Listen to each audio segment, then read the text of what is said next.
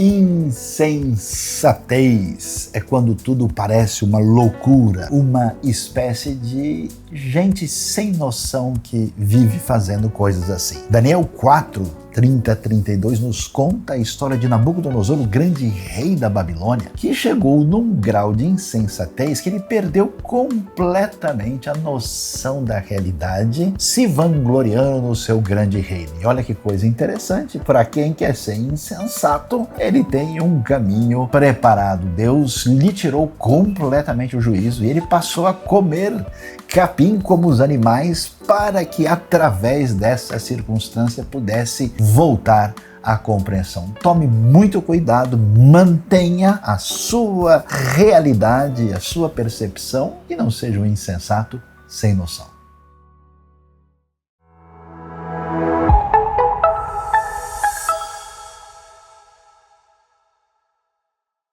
Olá, seja muito bem-vindo a mais uma celebração aqui no IBNU.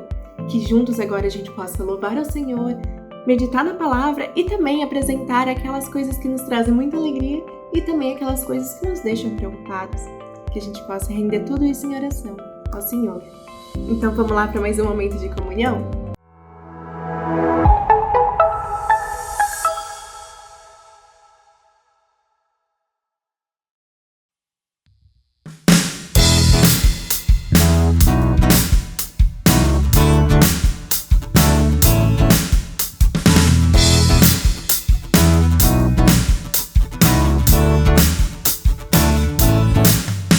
Senhor, tu és bom, tua misericórdia é para sempre.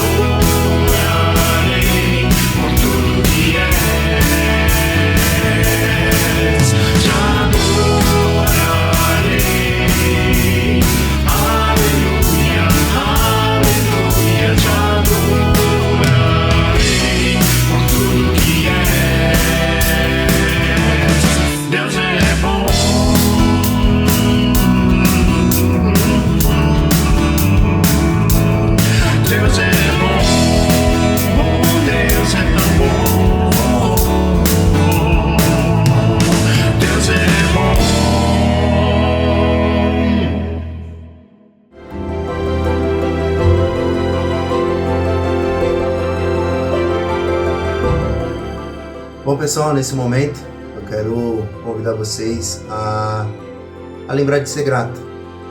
Nós temos um dia acontecendo, nós temos esse momento que é chamado de presente e quero lembrar você de ser grato. Afinal, nosso Senhor disse que estaria conosco todos os dias até o fim dos tempos. Então, lembre-se, seja grato e grato ao nosso Senhor pela vida que Ele nos dá. Valeu!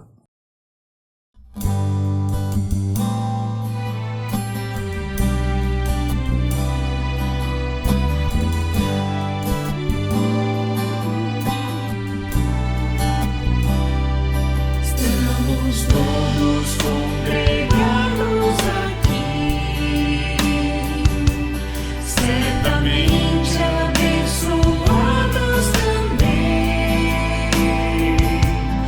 Há um clima, uma esfera de amor, uma força que se move entre nós. Algo novo Deus está por fazer. Este povo a quem muito quer bem, seu Espírito Ele vai derramar. Uma igreja forte edificar, pra louvor de tua glória. Vem, Senhor, tua história escrever através da nossa vida. Teu querer desejamos, cumpre em nós os teus planos. Vem, Senhor, e reina hoje aqui.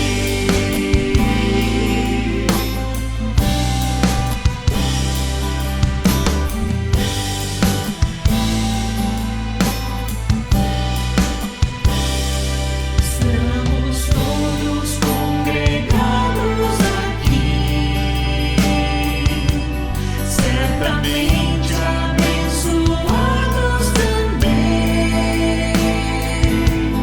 Há um clima, uma esfera de amor, uma força que se move entre nós. Algo novo Deus está por fazer. Este povo a quem muito quer bem, seu Espírito Ele vai derramar. Uma igreja forte edificar, pra louvor de tua glória. Vem, Senhor, tua história escrever através da nossa vida. Teu querer desejamos, cumpre em nós os teus planos. Vem, Senhor, e reina hoje aqui. Pra louvor de tua glória. Vem, Senhor, tua história escrever através da nossa vida. Teu querer desejamos, cumpre em nós os teus planos. Vem, Senhor, e reina hoje aqui.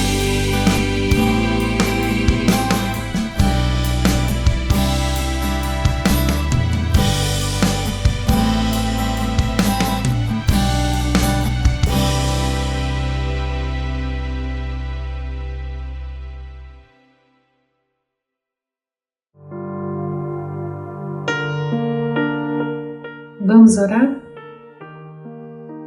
Nosso Deus e nosso Pai, muito obrigado por esse dia, muito obrigado pelo dom da vida, não só esta vida, mas o dom da vida eterna.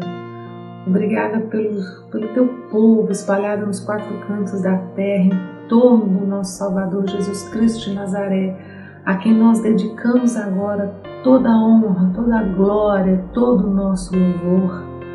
Obrigado, Senhor, porque a Tua Igreja tem permanecido persistente nessa missão de anunciar o Teu Evangelho a todo o coração que precisa dessa graça salvadora e transformadora de Jesus sobre nós. Muito obrigado, Senhor. Fica conosco neste momento, concedendo a cada um aquilo que cada um precisa e só o Senhor sabe que precisa. E ao mesmo tempo recebendo o nosso louvor e adoração por Tua grande bondade e salvação para conosco. É assim que nós Te pedimos e agradecemos.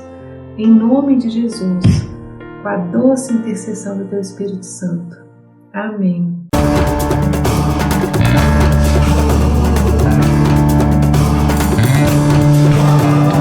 Alguém na Ásia me disse, vem me ajudar.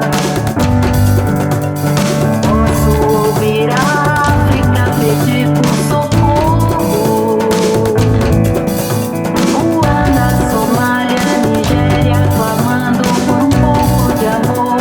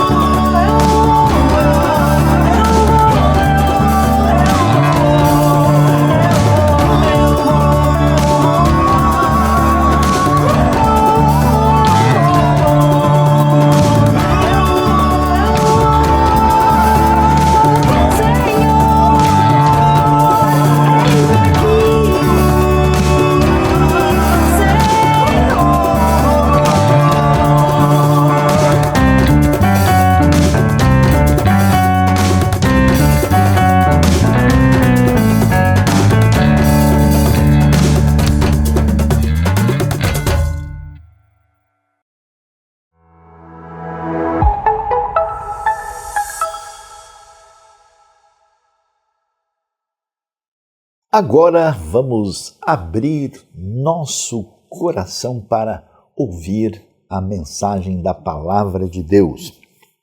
E hoje eu convido você a refletir sobre o tema Quando o Deus de Israel resolveu amar Babel. Uau, que é isso, Sayão? Que história é essa?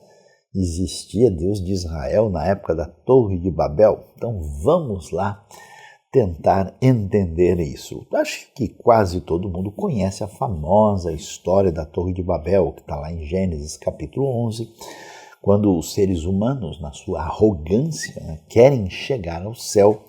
Deus confunde a linguagem deles para que eles não caminhem na direção da maldade plena e não tentem tomar o lugar que pertence a Deus. Então, a linguagem confundida ali é chamada a linguagem de Babel, que evoca o nome que tem a ver depois com Babilônia, que tem a ver com essa realidade que também significa confusão. E por que isso tem a ver? É que logo em seguida, quando você vê Gênesis capítulo 12, Deus inicia o seu grande projeto de redenção, fazendo com que um indivíduo que pertence à realidade das nações, um indivíduo chamado Abraão, na verdade ainda aparece o começo de tudo isso no finzinho do capítulo 11.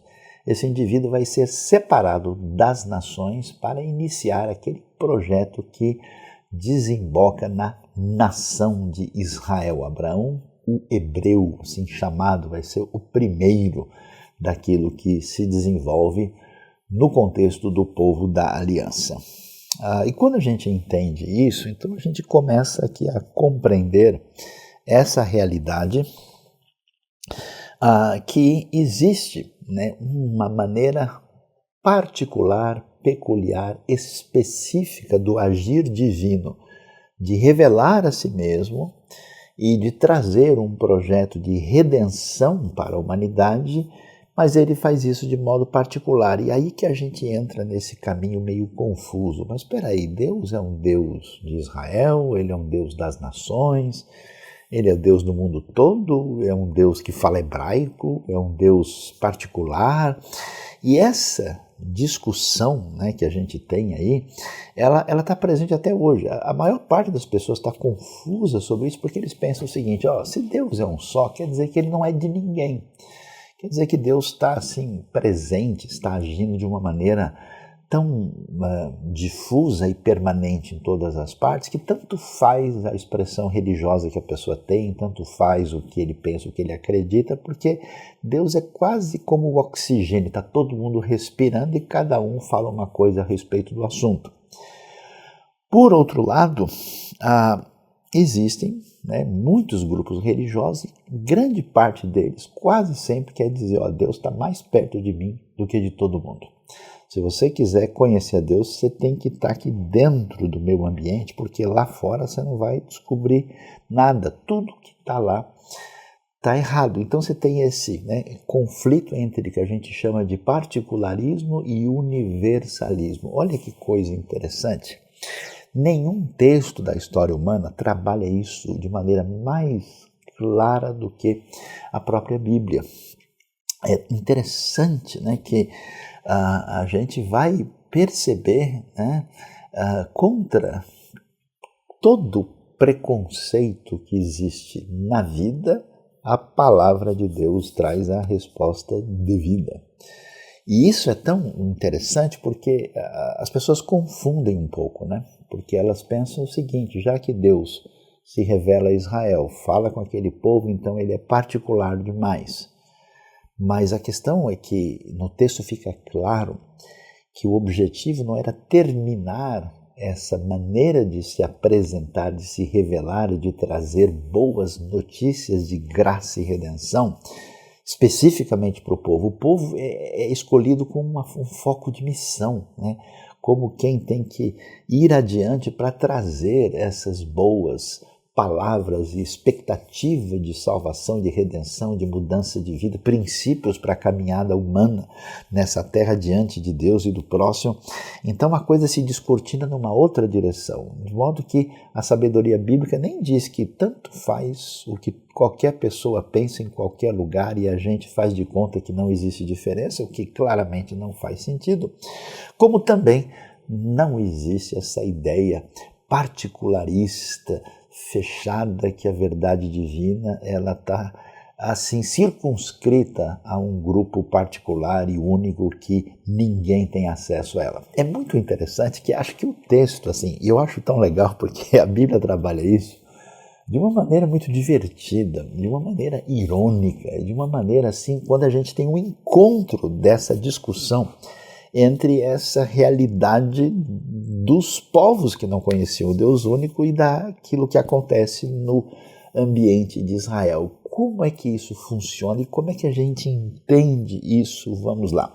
Para isso eu queria ler com vocês aqui o começo do livro de Jonas, que é talvez o texto mais emblemático que trata dessa realidade quando o Deus de Israel resolve amar Babel. Diz o texto o seguinte: a palavra do Senhor veio a Jonas, filho de Amitai, com esta ordem: vá depressa à grande cidade de Nínive e pregue contra ela, porque a sua maldade subiu até a minha presença.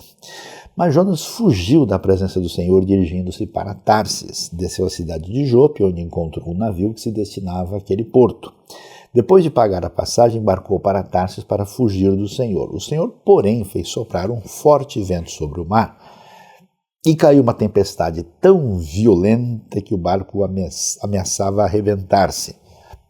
Todos os marinheiros ficaram com medo e cada um clamava ao seu próprio Deus. E atiraram as cargas ao mar para tornar o navio mais leve. Enquanto isso, Jonas, que tinha descido ao porão, se deitara, dormia profundamente. O capitão dirigiu-se a ele e disse: como você pode ficar aí dormindo? Levante-se e clame ao seu Deus, talvez ele tenha piedade de nós e não morramos. Então os marinheiros combinaram entre si: vamos lançar sortes para descobrir quem é o responsável por essa desgraça que se abateu sobre nós. Lançaram sortes e a sorte caiu sobre Jonas. Por isso lhe perguntaram: diga-nos, quem é o responsável por esta calamidade? Qual é a sua profissão? De onde você vem? Qual é a sua terra? A que povo você pertence? Ele respondeu: eu sou hebreu, adorador do Senhor, o Deus dos céus que fez o mar e a terra. Então os homens ficaram apavorados e perguntaram: o que foi que você fez? Pois sabiam que Jonas estava fugindo do Senhor, porque ele já lhes tinha dito. Visto que o mar estava cada vez mais agitado, eles lhe perguntaram: o que devemos fazer com você para que o mar se acalme? Respondeu ele: peguem-me e joguem-me no mar, e ele se acalmará, pois eu sei que é por minha causa que essa violenta tempestade caiu sobre vocês. Ao invés disso, os homens se esforçaram ao máximo para remar de volta à terra, mas não conseguiram, porque o mar tinha ficado ainda mais violento. Eles clamaram ao Senhor: Senhor, nós suplicamos, não nos deixes morrer por tirarmos a vida deste homem. Não caia sobre nós a culpa de matar um inocente, porque tu, ó Senhor, fizeste o que desejavas. Em seguida, pegaram Jonas e o lançaram ao mar, e o mar enfurecido, e esse se aquietou. Tomados de grande temor ao Senhor, os homens lhe ofereceram um sacrifício e se comprometeram por meio de votos. E o capítulo termina dizendo que o Senhor fez com que um grande peixe engolisse Jonas e ele ficou dentro do peixe 3 dias e 3 noites. Para a gente entender o que acontece aqui e entender qual é a relação que Jonas tem com a proposta da nossa reflexão, é importante a gente compreender como é que Deus se fez conhecido na sua trajetória da relação com os seres humanos. Então, quando a gente fala de revelação de Deus, é como é que nós podemos saber alguma coisa sobre Deus. E talvez muitos religiosos vão pensar o seguinte: olha, as pessoas só vão poder conhecer a Deus se eles, por exemplo, lerem a Bíblia, ou se eles tiverem na minha comunidade de fé, no meu grupo específico, na minha denominação. E muita gente até pensa que se você estiver fora desse ambiente, você não sabe nada sobre Deus. A palavra divina vai desafiar essa expectativa, essa ideia. Porque nós temos, por exemplo, muito claro, a ideia de que Deus é conhecido por meio da criação. Você vai ver isso no Salmo 19, que diz que os céus declaram a glória de Deus e o firmamento, né, a fala anuncia as obras das mãos divinas. Você vai ver isso em Romanos capítulo 1, que diz que aquilo que a gente pode conhecer de Deus claramente se percebe por meio das coisas que foram criadas. Ou seja, saber que Deus existe e de que Ele é poderoso e que Ele tem atributos únicos, a gente descobre por meio dessa revelação na criação. Ao mesmo tempo, a Bíblia nos fala que o ser humano ele é chamado de imagem e semelhança de Deus. Aquele conceito, né, de imago Dei, quer dizer, de qualquer povo, de qualquer ambiente do mundo, todas as pessoas têm consciência da sua própria existência. Eles têm questionamentos sobre o sentido da vida, eles têm uma dimensão moral, ética, né, de perceber que uma coisa é considerada certa, outra é considerada errada. Então, existem peculiaridades nessa imagem de Deus que, num certo sentido, é uma revelação de Deus no próprio ser humano. Então, é muito importante prestar atenção nesse aspecto que está claro na Escritura. Além disso, quando a gente olha para a história humana e vê a diversidade de povos, hoje a gente tem mais de 8.000 línguas faladas no planeta Terra, e você faz uma abordagem assim, antropológica, olhando as diversas culturas, você sempre vai encontrar elementos positivos, favoráveis e significativos para a realidade da sociedade humana em todas as culturas. Essa realidade, ela estabelece um ponto de conexão com a revelação completa da Bíblia, de modo que a gente tem o que a gente chama de uma revelação de Deus deixada na história das culturas. Você vê isso com clareza em Atos 17. Você imagina Paulo, né, aquele homem que conhecia toda a Torá, todo o Tanar, toda a revelação divina dada ao povo de Israel e conhecia toda a discussão em torno disso. Ele chega lá no Areópago, em Atenas, ele vai falar com aqueles gregos que não tinham nenhuma ideia dessas coisas pertinentes ao povo judeu. E ele conversa com eles e cita poetas gregos. Quer dizer, Paulo diz, olha, tem coisa na poesia e na cultura e na tradição grega que estabelece uma ponte para a gente conversar sobre o Evangelho. Então, esse conhecimento mostra para a gente que nem tudo que existe nesse mundo, nos diversos grupos humanos da história antiga e da história recente, está ligado ao mal e não tem qualquer coisa que se aproveite. Não, existe uma espécie de ressoar histórico da presença de Deus no transcurso da história. E então se sabe um pouco sobre Deus.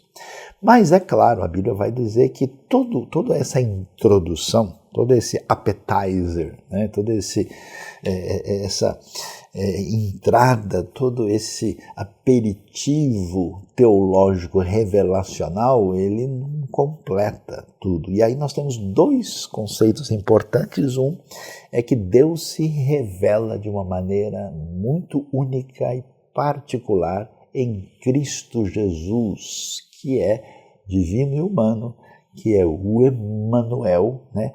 Nele habita corporalmente a plenitude da divindade. Colossenses 1,15 vai deixar isso claro para a gente. Então, a gente conhece sobre Deus de maneira diferenciada através da pessoa de Cristo Jesus, nosso Senhor. E, finalmente, nós temos a própria Escritura, a própria palavra de Deus que foi revelada a nós, para que nós conhecêssemos aquilo que nunca saberíamos pelo estudo antropológico, pela observação da natureza, pela reflexão filosófica, pelo progresso da ciência. Por isso é uma revelação específica e que traz direção para nós. Então, quando a gente entende isso, esse leque abrangente, a gente percebe que dá para conversar entre as diversas conexões daquilo que Deus trouxe de revelação para nós. Então existe uma espécie de teologia natural que conversa com a teologia da própria revelação. Mas, de qualquer maneira, não é possível se aprofundar sem conhecer de fato a plena verdade revelada sobre Deus nas Escrituras para todos nós. E é interessante porque como é que funciona isso com clareza, Flávia? Porque tudo isso que Deus revela de si mesmo para nós é graça, né? Esse favor imerecido. E aí você entende, né, que existe o que chama graça comum e graça salvífica.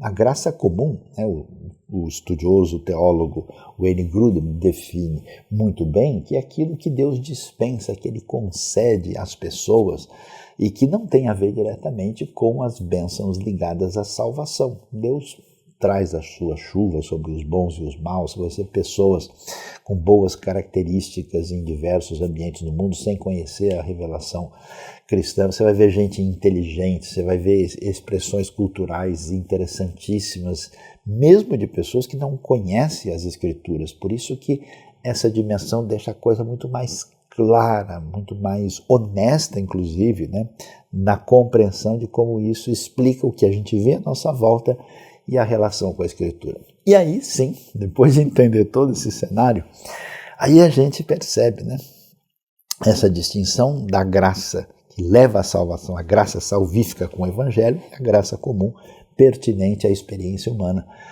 diante da bondade de Deus na história. Aí a gente chega em Jonas. E o que é interessante em Jonas? O negócio é o seguinte, aqui você tem o povo de Israel, que conheceu a revelação de Deus, o Deus que se manifesta com a sua aliança, com as suas exigências de procedimento de Israel em função dessa aliança. Eles deveriam ter o bom caminho das instruções para que tivesse uma boa vida diante de Deus e do próximo. E como esse povo toda hora está, vamos dizer assim, escorregando nessa caminhada. E aí você tem algo assim muito curioso e muito irônico, porque você tem um profeta. O que é o profeta? O profeta é o indivíduo que veio para salvar a situação, porque quando o povo perde o caminho, e a gente vê que existe corrupção religiosa, por exemplo, dos sacerdotes, você tem a corrupção política, né, na liderança propriamente dos soberanos, dos reis, né, principalmente no Reino do Norte, mas também em Judá, no Reino do Sul. Então, assim, nossa esperança é que vai chegar um indivíduo sério, movido por Deus, e que vai trazer a mensagem, e ele vai botar o povo no eixo, no lugar. E Jonas é um profeta de Deus. E a palavra do Senhor vem a Jonas. Então você ouve essa palavra, assim, essa mensagem a palavra do Senhor veio a Jonas, filho de Amitai, com esta ordem. Você já enche o coração de esperança e começa a celebrar, né? É a palavra do Senhor, vem aí com o profeta de Deus para trazer a mensagem que vai fazer as coisas entrarem no eixo. Mas de repente duas coisas assustam a gente. Primeiro, é que essa mensagem não é voltada para os israelitas. Jonas é chamado por Deus para levar a mensagem àquilo que ecoa Babel. A terra, o lugar lá de Babel é naquela direção para onde Jonas deve ir, que agora, vamos dizer, piorou muito. Nos tempos de Babel a coisa estava ótima. Agora nós temos ali na região o Império Assírio, império cruel, conquistador, assassino, marcado por, né, uma espécie de crueldade denunciada, não só na Bíblia, mas em toda a história, né, conhecidos até por empalamento e outras atrocidades. E a marca, né, o lugar assim, que emblematicamente está lá representando tudo isso, é a grande cidade de Nínive, o epicentro do mal, e denunciada, por exemplo, no profeta Naum, né? E aí, quando a gente ouve isso, você fala, peraí, deixa eu me organizar aqui, não estou entendendo nada. Como assim? Tem tanto problema em Israel, tanta coisa para resolver, e Deus vai mandar o homem de Israel lá para as antigas terras onde estava Babel. O que Deus quer com isso? Aí a gente começa a ver o seguinte, aqui já abre um horizonte dizendo, sabe o Deus que age dentro da comunidade da fé, do povo da aliança? Esse é o Deus que não é um Deus particular, ele envolve a sua ação, o seu projeto para as nações. O foco da sua ação é essencialmente missionária, missiológica. Israel não é um fim em si mesmo. Israel tem o objetivo de ser testemunha, de ter uma função sacerdotal diferenciada. E aí o Jonas, é interessante porque o profeta de Deus, que é a esperança de redenção, ele não tem a compreensão desse cenário. Então, quando ele ouve isso, ele fica indignado e revoltado. E é muito interessante isso, porque a Bíblia revela, né, que os grandes personagens da fé são pessoas que fazem qualquer coisa, menos entender os caminhos de Deus. E Deus resolve chamar essas pessoas e agir com elas e por meio delas na história. E aí quando Jonas ouve a mensagem, e ele sabendo quem eram os ninivitas, aliás, os assírios vão destruir o reino de Israel. Eles tiveram várias incursões na terra. Hoje, quando você visita até espaços arqueológicos, como eu visitei, por exemplo, em Megido, você tem um lugar lá com um monte de pedras de destruição ali, né? E o pessoal pergunta o que é isso aqui? São ruínas dos palácios e das habitações dos assírios. Então é terrível o que eles fizeram, destruíram Samaria no ano 722. Então eu entendo totalmente o Jonas, olha, o que? A gente ir lá falar com esse pessoal? Nunca. Aí o Jonas fica revoltado, fica indignado, toda a visão que ele tinha sobre Deus, sobre como é que ele age, sobre o povo da aliança, sobre o mundo cruel, injusto à nossa volta, ele perde o caminho, ele fala, sabe uma coisa, eu estou fora, e ele vai embora e resolve fugir. E é interessante, né, que ele está na região ali centro-norte da terra de Israel, ele vai para o porto da terra, que é a cidade de Jope, aliás, o porto está lá até hoje para o pessoal ver aonde foi que isso aconteceu. E aí ele pega um barco ali e resolve ir para um lugar provavelmente indefinido, chamado Tarsis, talvez uma ilha, uma praia costeira na região. E ele então resolve desaparecer. E aí você pode imaginar como acontece com tanta gente. Atenção, preste atenção. Quando você começa a caminhar na fé, e talvez você tenha tido orientações muito simplistas da realidade, e de repente você percebe que essas coisas começam a não se encaixar. E aí o seu coração fica machucado e você para de pensar e você entra num automático e vai levando. Né? E é curioso porque é mais ou menos o que acontece com Jonas. A história dele meio que representa a crise de muitas pessoas. E aí o que a gente faz numa hora dessa? A gente desliga, e é o que Jonas vai fazer. Ele vai para o navio porque ele deixou a sua terra, ele deixou a sua função. Talvez ele imagine que Deus vai deixar ele quieto se ele estiver fora da terra de Israel, porque Deus é muito exclusivo, né, ligado somente ao povo da aliança. E aí ele então vai dormir. E olha, do jeito que está no hebraico, o homem dormiu muito, o sono.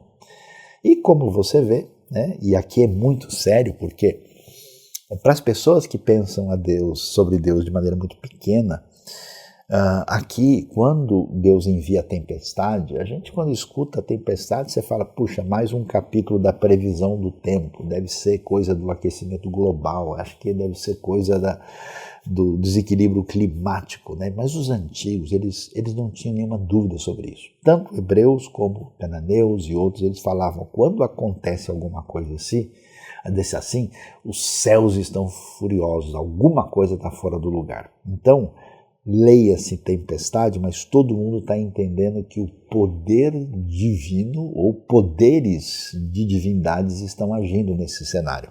E aí, O capitão do navio acha o Jonas dormindo no porão. Aí você vê que o sono realmente estava bom com uma tempestade desse tamanho, o homem continua dormindo. Ele acorda o Jonas e fala: escuta, ô seu dorminhou, o que você está fazendo aí? O Jonas então é chamado e é interessante, eles não sabem o que está acontecendo e ele recebe a intimação de que, ó, grita para o seu Deus também, né, para ver o que a gente pode resolver nessa situação. Talvez ele tenha piedade de nós. E aí eles vão lá e acabam fazendo uma coisa que a gente lê. Pessoas assim que enxergam, né, Deus de maneira muito limitada, leem o texto e assim ficam muito cheias de questionamentos. Por quê? Primeiro é que eles vão fazer uma coisa muito comum naquele ambiente pagão. Eles vão, lançar sortes. Eles vão jogar talvez alguma coisa parecida com dados e vão fazer algumas invocações para saber o que está acontecendo. E eles fazem isso, e olha só, o texto diz que a sorte cai sobre Jonas. Aí o que você descobre? Primeiro, esses marinheiros aqui que embarcaram em Jope são da terra de Canaã. E a gente vê que eles não conhecem o Deus único. Então eles são cananeus, ou se você preferir, cananitas, e eles são pagãos. Então é gente que adora Baal, né, que adora Astarote, Azerá, e que adora ídolos ligados à fertilidade. Aliás, esse pessoal tem uma preocupação séria com chuva, com tempestade, e inclusive com seca também. E aí, quando isso acontece, imagine todo o caos que se estabelece ali, e aí a gente começa a ver algo muito curioso. Primeiro, que o profeta está fugindo de Deus porque ele não quer que as nações recebam alguma palavra favorável de Deus. Eu não sei, me ajude, eu quero pensar junto com você. Eu não sei se algumas pessoas que conhecem alguma coisa da fé, alguma coisa do Evangelho e se sentem abençoados, não têm uma tendência de se fechar no seu grupo e perderem a visão do amor de Deus para com as nações.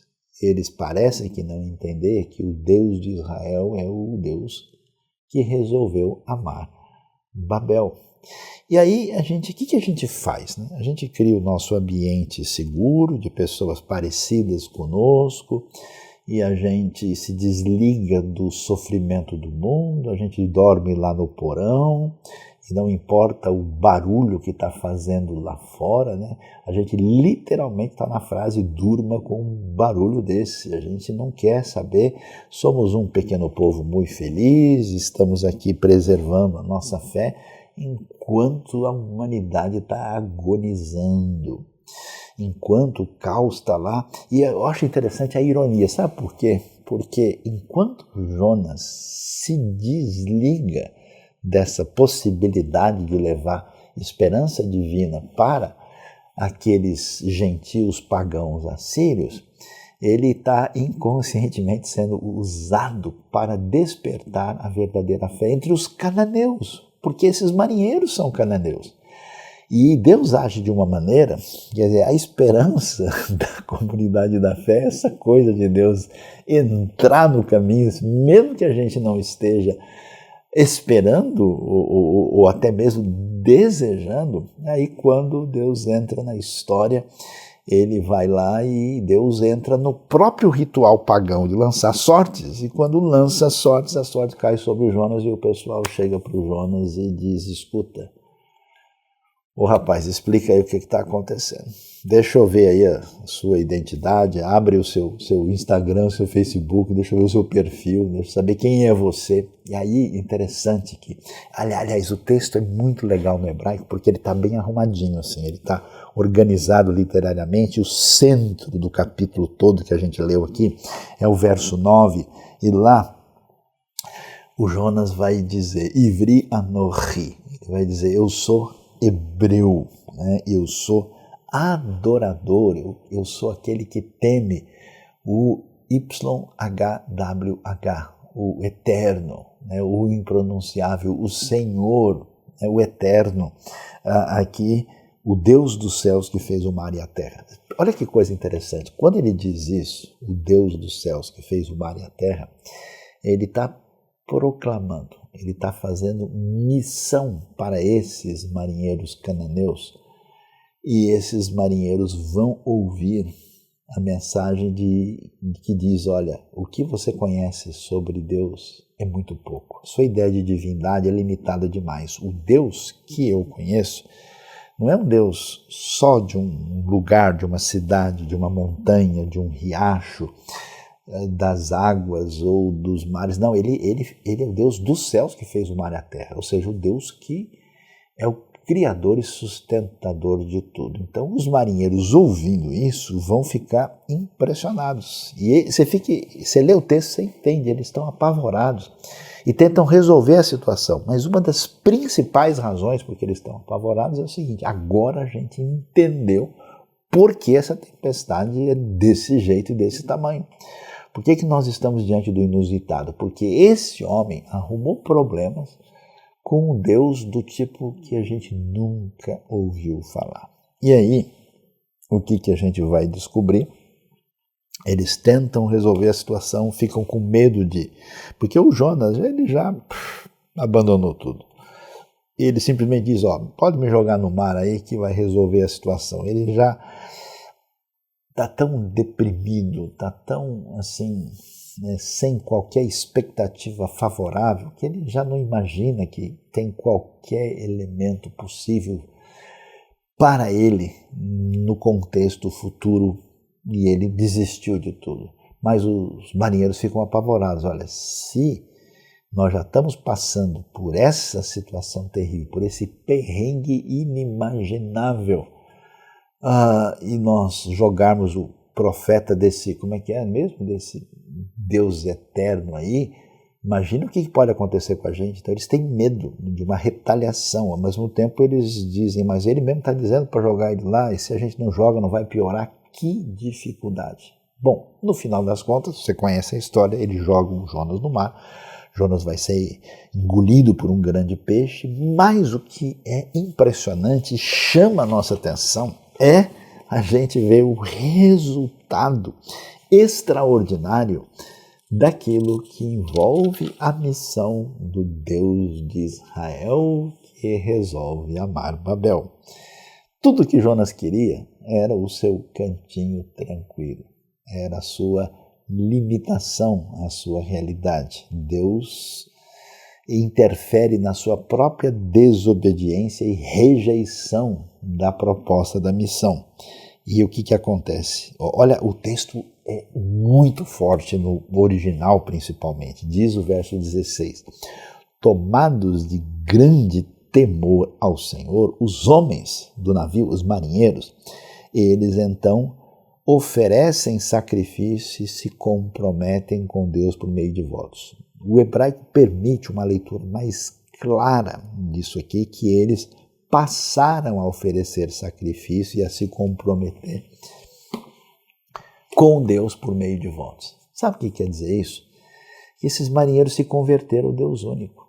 Não é que eles simplesmente fizeram um sacrifício, até porque, como está chovendo muito, a tempestade, e jogaram tanta coisa fora do navio, é improvável que eles tivessem condição de fazer muita coisa ali. Por isso, o sentido mais exato do texto é que eles passaram a fazer isso. Isso quer dizer que, uma vez salvos de volta à terra, esses indivíduos vão procurar quem é esse Deus daquele profeta que nós encontramos naquela experiência inesquecível. Então a proposta é, olha, preste atenção, você que é abençoado de Deus, você que ouve e recebe a palavra divina, ou você que até está numa condição meio análoga aí do profeta, né? Que tem a tendência de se acomodar no seu ambiente, de viver no seu cenário particular e de tentar limitar Deus à sua tradição particular. Você sabe que o Deus que se revela a você é o Deus que ama as pessoas mais odiosas e odiadas desse planeta. Você sabe que esse Deus que estendeu a mão e que traz a sua palavra, quando fala com você, vai dizer coisas que a sua pequenininha cabecinha não é capaz de digerir com facilidade? Você sabe que esse Deus que você imagina que vai funcionar na sua dimensão de trazer a sua mensagem, a sua revelação para nós, quando ele age, você pensa que ele vai agir dependendo da sua boa estratégia, da sua inteligência, da sua sabedoria, da sua construção teológica, dos seus caminhos. E a coisa doida é que ele age no meio do seu caos, da sua desobediência, do seu fracasso, da sua fuga para executar projetos absolutamente inimagináveis. Pois é, o que resta para nós? Resta aprender com o Deus de Israel que ama Babel. Se a gente não entende o clamor das nações, se a gente não entende a necessidade urgente da missão, a gente precisa de um retiro especial. E esse retiro de grande teologia missiológica, ele acontece no ventre do peixe. É muito interessante. Você vai ler Jonas capítulo 2, e é tão interessante porque lá, esse Jonas que tem dificuldade de escutar o que Deus diz. Você sabe que é difícil escutar o que Deus diz. Às vezes eu vou ler a Bíblia, eu tenho que ler devagar, tenho que ler de novo, porque eu sei que o meu coração tem armadilhas assim que me impedem de saborear e receber os meus preconceitos, a minha experiência particular. O meu lado Jonas sempre vai dar um jeito de, muitas vezes, contrabandear a mensagem de Deus para o meu interesse particular. Sempre vai ser um perigo, então a gente precisa de um caminho de Deus no coração. E sabe quando é que Deus faz isso? Ele joga você dentro do ventre do peixe. Aí sim é um retiro espiritual de verdade. Jonas ora com grande profundidade. Jonas, ele ora se arrependendo. Jonas tem uma experiência diferenciada. Por quê? Porque a recusa da missão envolve a falta da verdadeira devoção. A ausência da consagração, ela perde, né, a primazia da missão. Aí Jonas passa pela experiência no capítulo 3. Eu acho tão legal isso porque a minha tendência, por exemplo, quando eu vejo uma pessoa falhar e falhar feio, assim, a minha tendência normal é dizer, não, olha, o sujeito, a sujeita, né, o fulano, a fulana, eles são muito complicados, né? Isso aí não tem jeito. Quantas vezes na minha vida eu me peguei dizendo, fulano, esquece, isso aqui não tem o que fazer. Mas quem sou eu para, de fato, dizer? Graças a Deus eu já disse isso e depois passei vergonha posteriormente. E aí, o que é interessante é que Deus vai lá e chama o mesmo Jonas de novo, né? Quer dizer, se você já viu que o Jonas não deu certo, né? Joga ele fora e procura um outro profeta melhor. Mas não, Deus insiste e manda o Jonas. E aí eu pensei comigo, agora o Jonas, ele virou o Jonas, membro principal da IBNU, da melhor proposta de comportamento possível. Jonas finalmente está arrependido, agora sim tem uma experiência com Deus. Pessoal, a palavra de Deus é muito da hora. O Jonas parece que depois do momento do seu avivamento, parece que até deu uma piorada. Ele vai a Nínive e começa a proclamar, e ele proclama a mensagem de Deus, mas meio assim na revolta, sabe? Ele não é que ele está dizendo, Nínive vai ser destruída, como quem diz, Nínive, arrependa-se, né? Escute a voz de Deus, né? 40 dias a cidade será destruída. Não, ele meio que proclama isso comemorando, tomara que seja destruído. Quantas vezes eu já ouvi gente que se afirma cristão, de coração sintonizado com os ensinos de Jesus, dizendo, sabe aquele pessoal lá daquele lugar, sabe aquela gente daquela parte do mundo, tomara que se exploda e morra todo mundo. Que doideira! É o Jonas aqui em ação. E aí o que acontece? Ele proclama a mensagem e acontece, de acordo com a Bíblia, o maior avivamento espiritual da história.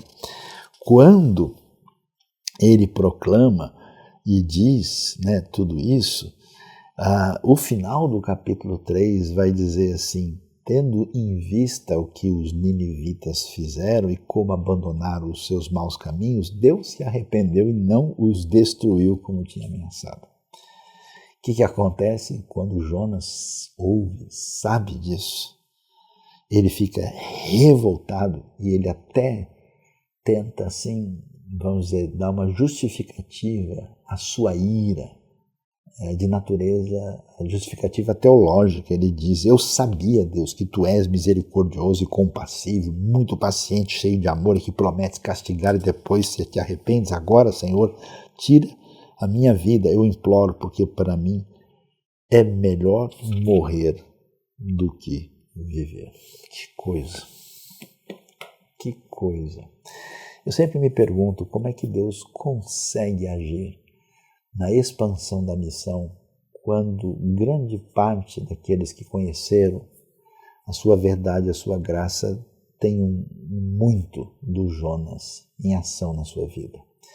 E aí a gente vê, Deus não só abençoou os cananeus, que são os pagãos mais próximos, mas também aqueles perversos mais distantes, que foram alcançados pela mensagem de Jonas, e Jonas não consegue entender. Ele queria ver a ira de Deus, ele tem ressentimentos profundos, ele tem dificuldades não trabalhadas.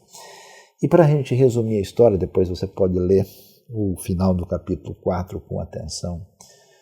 Deus vai dar uma lição no Jonas, vai permitir que ele passe um calor terrível de um vento quente na região, e quando ele está mal, Deus faz crescer uma planta ali que deixa uma tranquilidade para ele muito boa, mas depois vem uma lagarta, um bicho come a planta, aí o sol quente cai na cabeça dele, ele fica revoltado. E aí Deus então diz: escuta, Jonas, você teve tanta dó da planta, né? Porque isso envolvia o seu conforto pessoal. Você acha que eu não terei misericórdia de uma cidade como Nínive, que tem ali, diz o texto, né, mais de 120 mil pessoas, que não sabe nem distinguir o certo do errado, além de muitos animais, muitos rebanhos? Não deveria eu ter misericórdia e pena dessa grande cidade? Então, meus queridos, a questão é a seguinte: você viu, é impressionante, nada pode deter o poder de Deus. Nada poderá deter o avanço da mensagem de graça, perdão, salvação em Cristo, no Evangelho, no mundo. Tanto é que hoje aí nós estamos cada vez mais ouvindo de gente de toda a tribo, povo, língua, raça e nação, recebendo a mensagem e se arrependendo e sendo salvo e modificado pelo Evangelho de Cristo. A pergunta é: a gente quer fazer parte dessa festa? A gente quer aprender a enxergar a dimensão da revelação de Deus na criação, na realidade da experiência histórica humana, na pessoa de Cristo Jesus, na verdade revelada na Bíblia, e fazer parte de uma maneira completa? Ou será que a gente insiste demais no nosso lado Jonas? Eu não sei se a gente vai conseguir entender, mas sabe qual é a minha esperança? A minha esperança é o seguinte: eu sou Jonas, você é Jonas. É difícil imaginar que a gente amadurece, mesmo depois da experiência maravilhosa, a gente é capaz de pedir a morte porque Deus não executou a nossa vingança particular. Mas o que eu acho interessante, para mim essa é a grande esperança, é que o Deus que se preocupa com as nações, o Deus que resolve amar Babel, o Deus que traz as diversas línguas faladas no Pentecoste numa reversão, uma inversão de Babel, esse é o mesmo Deus que cuida do Jonas, que cuida de você, que cuida de mim. Em nenhum momento a gente vê Deus dizendo: Jonas, você passou das contas e agora acabou. agora você está reprovado. Nunca mais você vai poder ser profeta. A mesma misericórdia para os ninivitas é a mesma misericórdia que atinge o profeta. É a mesma misericórdia que hoje Deus dirige para a sua vida.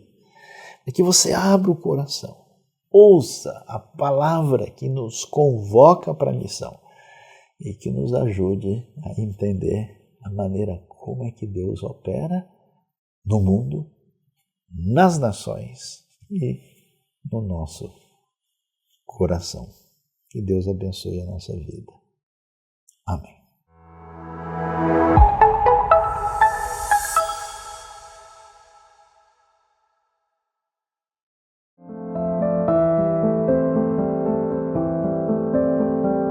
E nesse momento, eu gostaria de desafiar você e a mim também, né, a adorar a Deus, a louvar a Deus através do que a gente tem. Mas, mais do que isso, saber que Deus, Ele não precisa nem de você nem de mim para fazer a obra dele.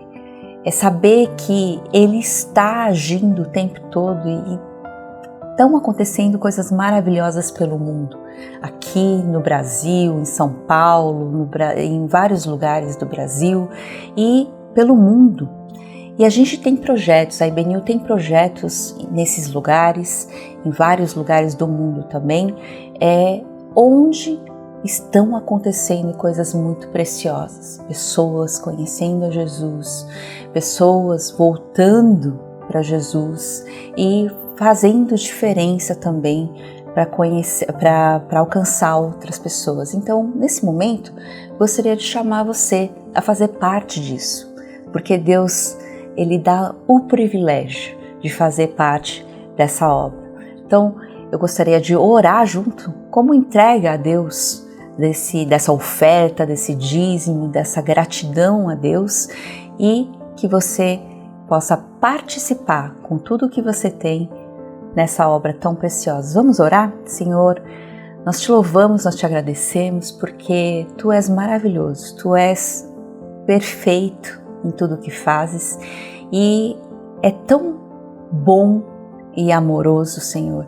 Nós queremos participar disso, agradecendo, entregando a nossa oferta, nossa adoração através disso, e que o Senhor alcance, faça a transformação que o Senhor deseja na vida dessas pessoas que o Senhor tem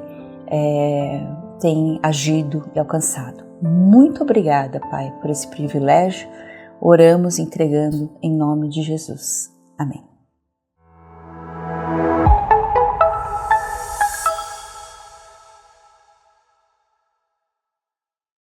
Muito obrigada por estar juntos aqui com a gente nessa celebração tão especial a Deus, e que você continue essa semana experimentando muito desse amor precioso do nosso Senhor Jesus Cristo, e que isso faça muita diferença na vida de muita gente. Então, hoje você pode fazer uma coisa muito especial, que é compartilhar esse vídeo, o nosso canal, apertar o sininho e seguir a gente. Vem